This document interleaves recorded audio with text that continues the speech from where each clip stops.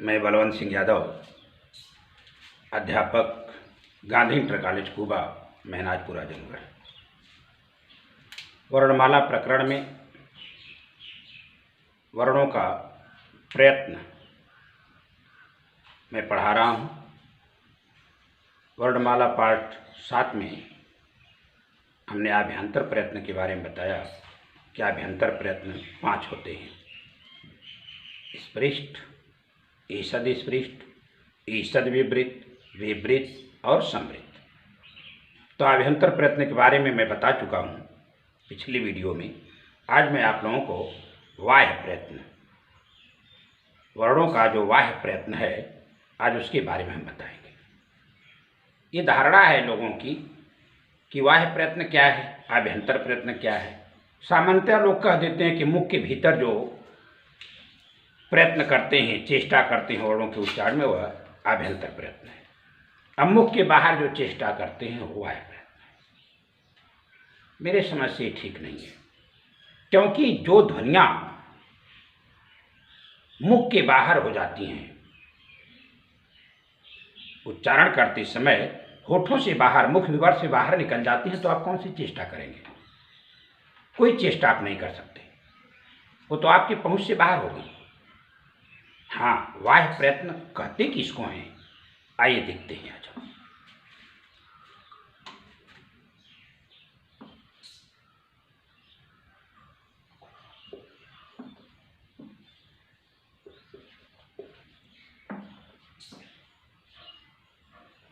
बाह्य प्रयत्न, वर्णों का बाह्य प्रयत्न।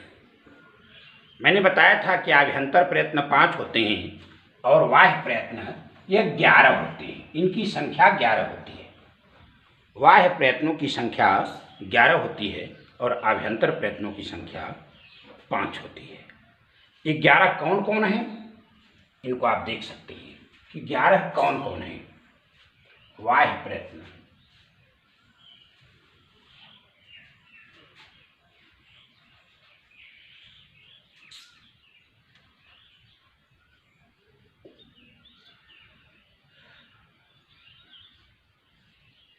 विवार, संवार, श्वास, नाद, घोष, अघोष,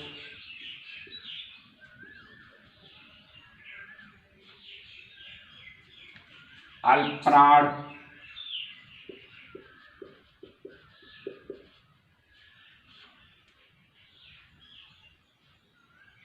महाप्राण,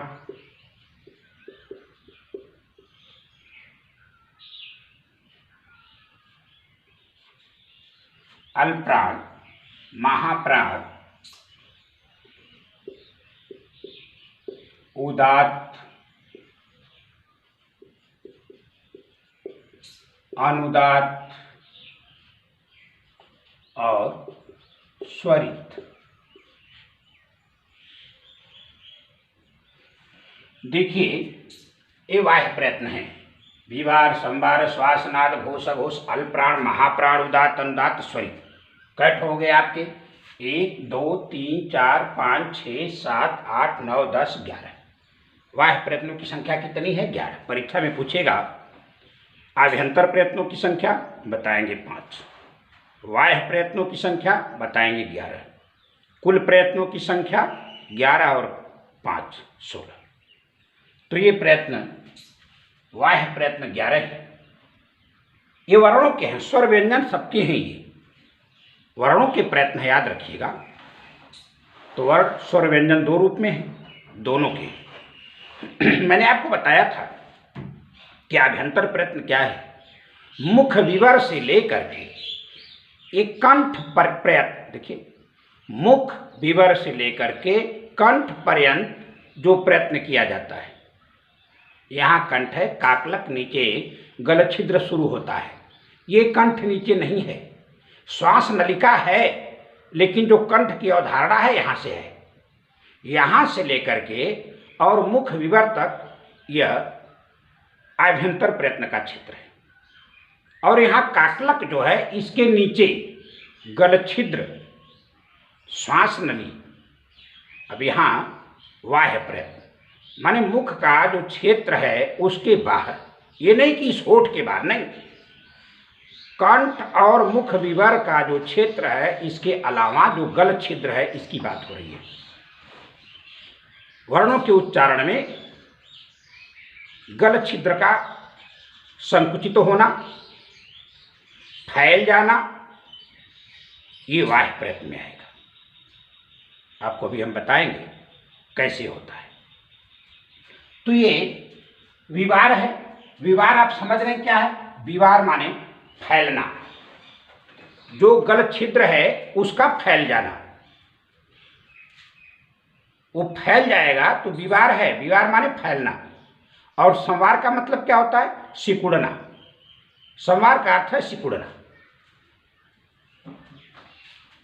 ऐसे ही श्वास, प्राणवायु, नाद, जो आप देखिए नाद है, घोष है और अघोष है। घोष, अघोष, नाद, ये तीनों आप समझ लीजिए।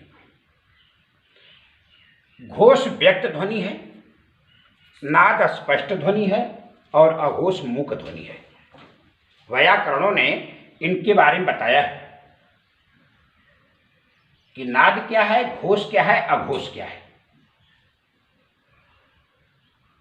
अल्पप्राण और महाप्राण क्या है? प्राण माने हवा। प्राण शब्द हमारी संस्कृत में बहुवचन में प्रयुक्त होते हैं, याद रखिएगा। प्राण शब्द का प्रयोग हमारे यहाँ बहुवचन में सदैव होता है, क्योंकि प्राण एक नहीं है, ये प्राणवायु है। ये प्राणवायु है। जैसे क वर्ग, च वर्ग, ट वर्ग, त वर्ग, प वर्ग आपको बताया गया, तो क वर्ग में क्या है? क ख ग घ ङ। च वर्ग में क्या है? च छ ज झ ञ। तो क वर्ग है, हम केवल क का नाम ले रहे हैं, लेकिन उसमें है क्या? ख भी है, ग भी है, घ भी है, ङ भी है। लेकिन मुखिया प्रधान है क का नाम। वैसे ही वायु 5 है, प्राण, व्यान, अपान, उदान, समान। 5 वायु है। हमारे शरीर में संचरण करने वाली जो हवाएं हैं, स्थान विशेष से उनका नामकरण है। नासिकाग्र भाग में यहाँ स्वतंत्र से विचरण करने वाली जो वायु है वो प्राणवायु है। इसलिए ये मुखिया है सभी वायुओं की। तो प्राणवायु, प्राण 5 हैं, प्राण, व्यान, अपान, उदान, समान, पंच प्राण। तो ये अल्प प्राण क्या है? अल्प माने थोड़ा। अल्प समझिए, अल्प माने क्या है? थोड़ा। अब भी हम पढ़ाएंगे तो आपको बताएंगे। अल्प माने थोड़ा। प्राण माने हवा। वे वर्ण जिनके उच्चारण में हम जब प्रयत्न करते हैं और थोड़ी सी हवा बाहर निकलती है, थोड़ी सी वायु की जरूरत पड़ती है, तो अल्प प्राण है। और उच्चारण प्रयास के समय, प्रयत्न के समय जब ज्यादा वायु श्वास की जरूरत पड़ती है तो वह महाप्राण है। इसको याद रखिएगा। और फिर है उदात्त, अनुदात्त, स्वरित। ये हमने आपको बताया है। उच्च ही उदात्त, नीच ही अनुदात्त, समाहार स्वरित। ये स्वरों के होते हैं। ये जो 3 बाह्य प्रयत्न हैं, आप याद रखिएगा, एक इनके होते हैं, ये सभी स्वरों के होते हैं। अगर परीक्षा में पूछ दे आपसे कि स्वरों के बाह्य प्रयत्न कौन कौन से हैं, तो आप कहेंगे स्वरों के बाह्य प्रयत्न 3 हैं, उदात्त, अनुदात्त, स्वरित। 3 हैं। उदात्त क्या है? आपको हमने बताया था, उच्च ही उदात्त। जब हम वर्णमाला प्रारंभ किए थे उस समय आपको बताए थे कि उदात्त क्या है? उच्च ही उदात्त। अनुदात्त क्या है? नीच ही अनुदात्त। और स्वरित क्या है? समाहार स्वरित। उच्च ही, नीच ही, समाहार।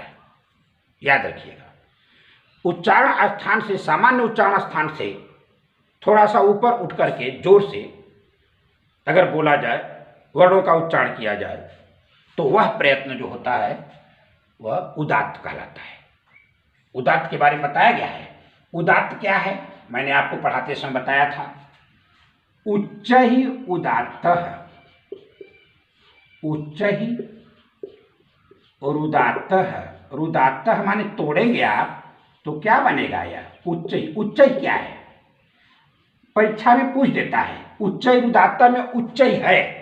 उच्च ही क्या है, उच्च ही अव्यय है। अब आप कहेंगे अव्यय है तो उच्च ही इसमें सुख कैसे लग गया, क्योंकि अव्यय के तुरुप नहीं चलते। जब हम कारक प्रकरण पढ़ाएंगे तो आपको बताएंगे। प्रातिपदिकार्थ लिंग परिमाण वचन मात्रे प्रथमा, जब हम ये शुरू करेंगे आपको तो बताएंगे वहां पर। उच्च ही धन उदात्त, देखिए उच्च ही उदात्त। अनुदात्त क्या है, मैंने कहा सब स्वरों के वाह्य प्रयत्न, परीक्षा में पूछ देता है। तो ये अनुदात्त क्या है, इसके बारे में कहा गया नीच ही और अनुदात्त, वही चीज है। नीच ही धन अनुदात्त, देखिए सामान्य उच्चारण स्थान से थोड़ा सा नीचे हट करके जब वर्णों का उच्चारण प्रयास हम प्रयत्न करते हैं, वर्णों को उच्चारण करने के लिए हम प्रयत्न करते हैं, तो उसको हम क्या करते हैं, नीचे ही अनुदात्त।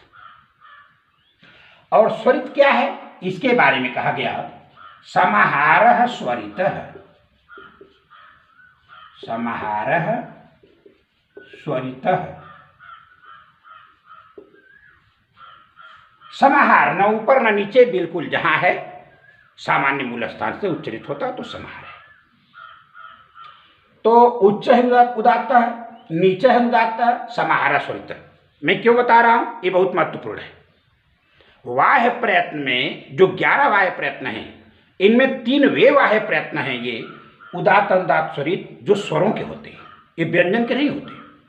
क्योंकि आपसे हमने कहा था कि व्यंजन ऊपर नीचे व्यंजन नहीं बोले जा सकते, वो तो अर्धमात्रिक होते हैं। व्यंजन अर्धमात्रिक होते हैं, स्वरों का आरोह अवरोह होता है, आरोह अवरोह स्वरों का होता है। और यदि वेद मंत्रों को आप देखें, ऋचाओं को देखें, वैदिक साहित्य उठाकर आप देखिए, तो आप देखेंगे उदात्त पर तो कोई चिन्ह नहीं लगा रहता है, जो वर्ण है स्वर पर ही लगेगा, व्यंजन पर नहीं लगेगा। आनोहद्राह कृतोयन्तु विश्वतः, आप पढ़ेंगे तो आप देखिए, पढ़ करके देखिए ना, ऋचाओं को पढ़ करके देखिए, मंत्रों को पढ़ करके देखिए, तो आप देखेंगे वहां जो वर्ण है, कभी आपको कहीं ऐसे वर्ण के ऊपर ऐसे पाई रहेगी।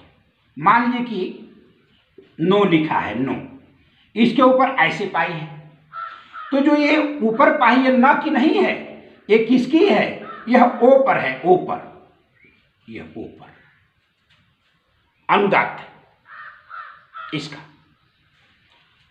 तो और स्वरित क्या है, नीचे लग जाएगी, स्वर के नीचे लगने वाली ऐसे जो रेखा है वो स्वरित है। स्वर के ऊपर लगने वाली इस तरह से पाई, देखिए, तो अनुदात्त नीचे है, स्वरित ऊपर है, और उदात्त में कुछ नहीं। मैंने आपको बताया कि अनुदात्त क्या है, नीचे ही अनुदात्त, देखिए लिखा हुआ नीचे ही अनुदात्त है। जब नीचे लग जाएगी तो अनुदात्त हो जाएगी, ऊपर लग जाएगी तो स्वरित हो जाएगी, और उदात्त में कुछ नहीं।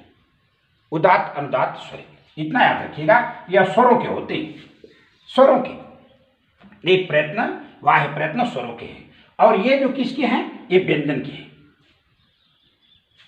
ये शेष 8 जो आपको वाह्य प्रयत्न दिखाई दे रहे हैं, ये व्यंजन के हैं। और ये उदात्त अनुदात्त स्वरित, उच्च है उदात्त, कोई चिन्ह नहीं, नीचे है उदात्त, स्वर के नीचे पाई रहेगी, और समाहार स्वरित ऊपर पाई रहेगी। आप वैदिक मंत्रों को पढ़ेंगे बटुओं को देखिए तो इस तरह से बना के हाथ ऐसे ऐसे ऐसे करते हैं, इस तरह से करते हैं। ऊपर उठाएंगे उच्च उदात्त, नीचे करेंगे नीचे उदात्त, फिर ऐसे करेंगे हाथ नीचे ऐसे दोनों तरफ स्वरित समाहार स्वरित। ये वैदिक मंत्रों के लिए है। तो स्वरों में आने वाला जो आहे प्रयत्न स्वरों का है उदात्त अनुदात्त स्वर। और ये क्या है? विवार, संवार, श्वास, नाद, घोष, अघोष, अल्पप्राण, महाप्राण। ये क्या है? ये वाह्य प्रयत्न है आठ, लेकिन ये व्यंजन का है। कि इसका कौन है आपको हम बता दे रहे हैं। आपको हमने प्रत्याहार बताया था। देखिए दो दो का आप ग्रुप बना लेंगे, एकदम आसान हो जाएगा समझने में। इसको मिटा देते हैं, आप समझ गए होंगे।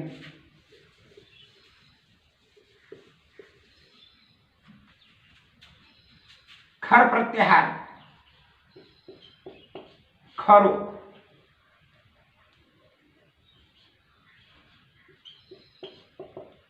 खरो। खर प्रत्याहार में क्या आएगा? विवाराः, श्वासाः, अघोषाश्च।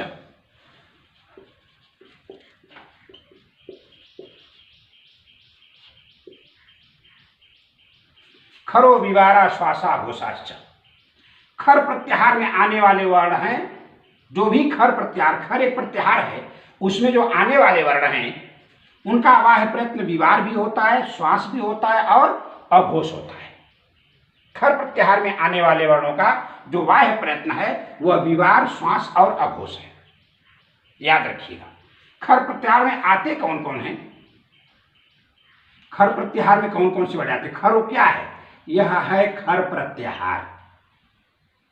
इस खर प्रत्याहार में आने वाले वर्ण कौन कौन से हैं?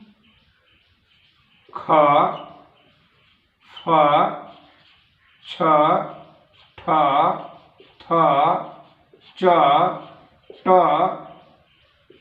त,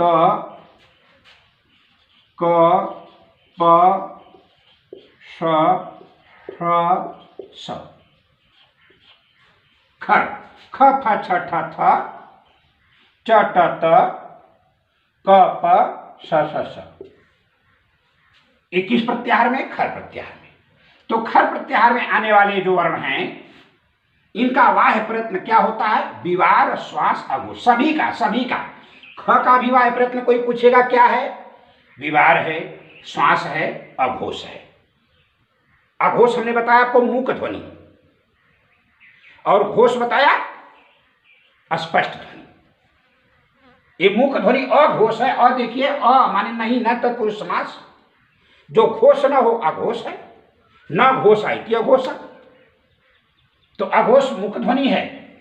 आप इनको देखिएगा, जब इनका आप उच्चारण करेंगे विवारा, जो गल छिद्र है, काकलक नीचे जो स्थान है वह विवार माने फैल जाएगा। ये मैं आपको बता रहा हूं, बहुत महत्वपूर्ण चीज। लोग ये बता देते हैं कि मुख के बाहर जो प्रयत्न होता है उसे बाह्य प्रयत्न करते हैं। यही आपको समझना है। मुख के बाहर से मतलब वो ले लेते हैं कि होठों के बाहर ध्वनियां मुख छिद्र से निकल गई बाहर, तो जो प्रयत्न होता वाह प्रयत्न। यही गलती कर बैठते हैं लोग समझाने में, क्योंकि जब होठों से वह ध्वनियां निकल गई तो उन पर आप कोई प्रयत्न नहीं कर सकते। ये एनर्जी है, फिर आप कुछ नहीं कर सकते। ये ध्वनियां क्या है? एनर्जी है, आप कुछ नहीं कर सकते इनका बाद में। तो वाह्य प्रयत्न का क्षेत्र कहाँ है? मैंने कहा काकलक। ये कंठ से नीचे काकलक, गल छिद्र। जब किसी ध्वनि का हम उच्चारण करते हैं तो उच्चारण करते समय हम चेष्टा करते हैं कि कैसे बोलें। क बोलना है तो हम सोचते हैं कि क कैसे बोलें। ध्वनि के लिए अलग चेष्टा है। जैसे प बोलना है तो हम अलग से चेष्टा करेंगे ना। प हम होठों, हम सोचेंगे दिमाग में कि होठ सटा के छोड़ेंगे तो प निकल जाएगा। च बोलना होगा तो हम समझते हैं कि जीवा को तालू के पास ले जाएंगे तो च निकल जाएगा। तो बोलने के लिए हम चेष्टा करते हैं, वहां वो प्रयास करते हैं। च बोलने के लिए जीवा को हम तालू के पास ले जाते हैं। तालब या श बोलने के लिए हम जीवा को तालू के पास ले जाते हैं। ये जो ले जाने वाला जो प्रयास है जो चेष्टा है वर्ण उच्चारण के लिए, यही प्रयत्न है, यही प्रयत्न है। तो वाह्य प्रयत्न हमने कहा, खर प्रत्याहार में जो आने वाले इतने वर्ण हैं, कौन कौन? ख, फ, छ, ठ, थ, च, ट, त, क, प, श, श, स। कट हो गए 1 2 3 4 5 6 7 8 9 10 11 12 13। ये जो 13 ध्वनियां हैं, जो 13 वर्ण हैं खर प्रत्याहार में आने वाले, इनका वाह्य प्रयत्न क्या है? विवार है, श्वास है, अघोष है, सबका। विवार माने फैलना, गल छिद्र फैल जाएगा, संकुचित नहीं होगा, क्या होगा? फैल जाएगा। विवार, विवार फैलना, गल छिद्र फैल जाएगा। आप बोलेंगे तो ख, देखिए ख संकुचित नहीं हो रहा है, फैल रहा है। तो यह खर प्रत्याहार में आने वाले ये हैं, विवार, श्वास, अघोष। किस प्रत्याहार में? खर प्रत्याहार में। अब दूसरा, अब कट हो बचा, आपने विवार को ले लिया, आपने श्वास को ले लिया, आपने अघोष को ले लिया। अब क्या बचा? संवार, नाद, घोष। ये किस में आते हैं? हस प्रत्याहार में। किस में आएंगे? ये आएंगे हस प्रत्याहार में। हस प्रत्याहार में कैसे आएंगे? हर्ष, इसको हर्षो भी कर सकते हैं, विसर्ग का ऊ का ओ हो जाएगा। तो ये हम पढ़ाएंगे, विसर्ग संधि में विसर्ग का ऊ होता है, और जब ऊ हो जाएगा तो स में अ है, आठ गुणा से अ मिलकर के गुण हो जाएगा।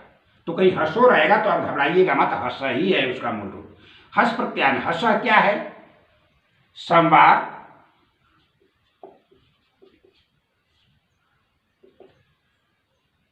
नाद, घोषाश्च।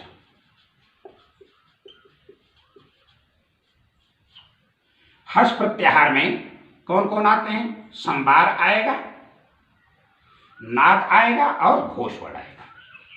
हस प्रत्याहार में संवार, नाद और घोष आएगा। हस प्रत्याहार में वर्ण आते कौन कौन से हैं? हैवरट के ह से शुरू करते, ह, य, व, र। हयवर टैत संज्ञक नहीं लेंगे, ल ड़ैत संज्ञक नहीं लेंगे, य, म, ङ, ड़, न। फिर क्या लेंगे? झ, भ, यह नहीं लेंगे, घ, ढ, ध, ज, ब, ग, ड, द। हयवरट लड़ यमांगड़नन झ भय घट धस जब गढ़ दस। जब गढ़दस का स और हैवरट का ह लेकर के हस प्रत्याहार बना। हस प्रत्याहार में आने वाले जो वर्ण हैं कितने हैं? हयवरट लड़ यमांगड़नम झ भय घट धस जब गढ़ दस। देखिए 1 2 3 4 5 6 7 8 9 10 11 12 13 14 15 16 17 18 19 20।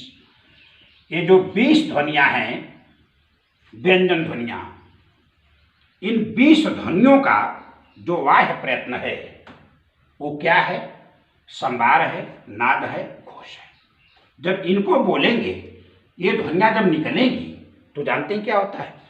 गल छिद्र थोड़ा संवार संकुचित होता है। विवार माने फैल रहा था ना, संवार माने संकुचित होगा। और जब संकुचित होगा तो जो श्वास जा रही है वो थोड़ा रगड़ खाती हुई जाएगी, ध्वनि करेगी, अस्पष्ट ध्वनि।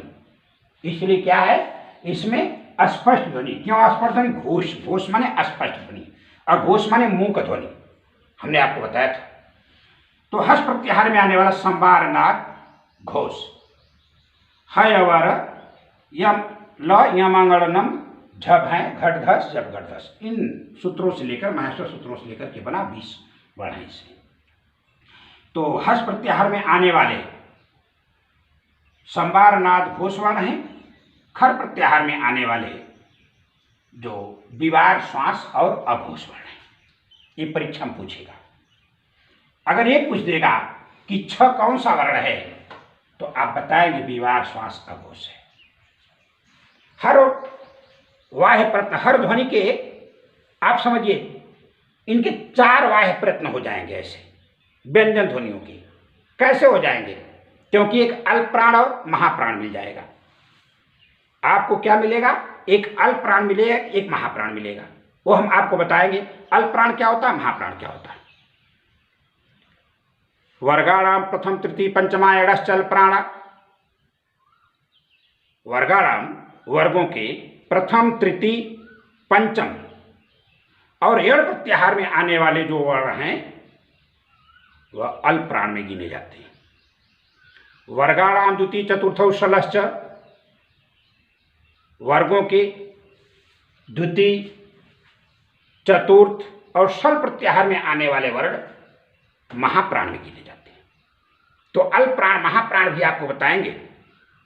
अल्प प्राण और महाप्राण के भेद से और विवार श्वास अघोष, संवार नाद घोष, इन सबके हिसाब से एक एक जो वर्ण हैं उनके 4 ये वाह्य प्रयत्न हो जाएंगे व्यंजन वर्णों के।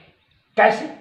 आप समझिए, इनमें घोष भी हैं अघोष भी हैं, और इनमें भी क्या है, जैसे देखिए इनमें अघोष है इनमें घोष है।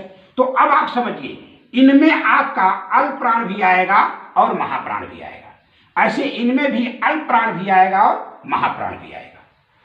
घोष वर्णों में और अघोष वर्ण में जो देख रहे हैं ना, घोषाश्च, घोष वर्ण हो या अघोष वर्ण हो, दोनों में ही अल्प प्राण और महाप्राण आएंगे। कैसे? अल्प प्राण में क्या है? वर्गाणाम, वर्गाणाम प्रथम तृतीय पंचमा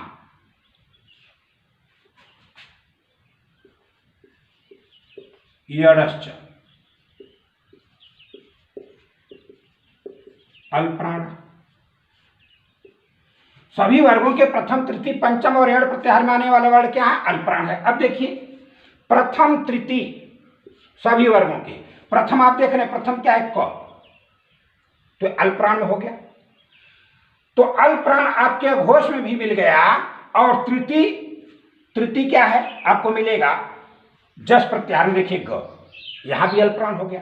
तो मेरे कहने का मतलब अघोष वर्ण में भी अल्प प्राण होगा और घोष में भी अल्प प्राण होगा। ऐसे ही अघोष में भी महाप्राण होगा और घोष में भी महाप्राण होगा। तो विवार श्वास अघोष और संवार नाद घोष, इनमें अल्प प्राण और महाप्राण भी आपको मिलेंगे। आज हमने आपको समझाने का एक प्रयास किया कि खर प्रत्याहार में आने वाले जो वर्ण हैं इनके 3 वाह्य प्रयत्न विवार श्वास अघोष, और हस प्रत्याहार में आने वाले वर्ण संवार नाद घोष, इनके वाह्य प्रयत्न हैं। और जो अल्प प्राण महाप्राण है इन्हीं में है अल्प प्राण महाप्राण। सभी वर्गों के प्रथम तृतीय पंचम अल्प प्राण में आ जाएंगे, द्वितीय चतुर्थ महाप्राण में आ जाएंगे और सल आ जाएंगे, इसमें अड़ आ जाएंगे। तो आप देखेंगे इसी में आपको सब मिल जाएंगे, सब मिल जाएंगे आपको। तो अल्प प्राण महाप्राण आपको हम अगली वीडियो में बताएंगे। आज आपको हमने विवार, संवार, श्वास, नाद, घोष, अघोष और उदात्त अनुदात्त स्वरित के बारे में समझाया। तो उदात्त अनुदात्त स्वरित किसका होता है? स्वरों का होता है, हमेशा याद रखिएगा। कौन से वाह्य प्रयत्न हैं जो स्वरों के होते हैं? आप कहेंगे उदात्त, अनुदात्त और स्वरित, इस स्वरों के होते हैं। हालांकि ये वैदिक हैं, इनका वैदिक प्रयोग है, हमारे यहाँ इसका प्रयोग नहीं मिलता है लौकिक साहित्य में, फिर भी है इनका वाह्य प्रयोग, चूंकि स्वर ही है, पाणिनि शिक्षा में दिया गया है सब। और आपको हमने ये जो बताया अल्प प्राण महाप्राण, हम आपको आने वाली वीडियो में कल हम आपको समझाएंगे। तो आज आप विवार, संवार, श्वास, नाद, घोष, अघोष आपने पढ़ा, ये सब व्यंजन ध्वनियाँ हैं। अल्प प्राण महाप्राण आएगा, वो भी व्यंजन ध्वनियाँ आएंगी। तो व्यंजन ध्वनियों के जो वाह्य प्रयत्न हैं कितने हैं? 8 हैं। परीक्षा में अगर पूछ दे तो व्यंजन ध्वनियों के जो वाह्य प्रयत्न हैं वो कितने हैं? 8 हैं। यह व्यंजन ध्वनियों के व्यंजन ध्वनि हैं, इनके कितने हैं? 8 वाह्य प्रयत्न। और जो स्वर ध्वनियों के वाह्य प्रयत्न कितने हैं, यह हैं 3, 8 और 3 11। तो वाह्य प्रयत्न कितने हुए, 11। आज हमने आपको वाह्य प्रयत्न के बारे में जो विवार, संवार, श्वास, नाद, घोष, अघोष, अल्पप्राण, महाप्राण, उदात्त, अनुदात्त, स्वरित है, इसमें हमने आपको समझाने का प्रयास किया। आने वाली वीडियो में, क्योंकि आज समय नहीं है, मैं नहीं बता पा रहा हूँ, मैं अल्पप्राण और महाप्राण कल मैं आपको वीडियो में बताऊंगा पार्ट 9 में। धन्यवाद।